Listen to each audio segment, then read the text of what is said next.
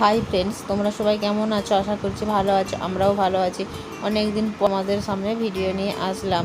দেখো, আজকে আমাদের যে নতুন বারান্দা হয়েছে দোতলায়, সেই নতুন বারান্দা থেকে ভিডিও বানাচ্ছি। দেখো কীরকম, তখন দুপুর 2:20 মতো বাজে, তখন প্রচণ্ড পরিমাণে বৃষ্টি হচ্ছে। কীরকম মুষলধারে বৃষ্টি হচ্ছে দেখো আমাদের এইখানেতে আজকে। আর বন্ধুরা, তোমাদেরকে আমাদের এই দোতলা বাড়ির হোম ট্যুর তোমাদেরকে একদিন পুরোটাই শেয়ার করব।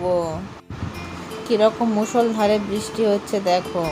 বৃষ্টি দেখতে কার না ভালো লাগে? আমার তো বৃষ্টিতে ভিজতে খুব ভালো লাগে, কিন্তু ওই যে সমস্যা, বৃষ্টিতে একটু ভিজলে ঠান্ডা লেগে যায়।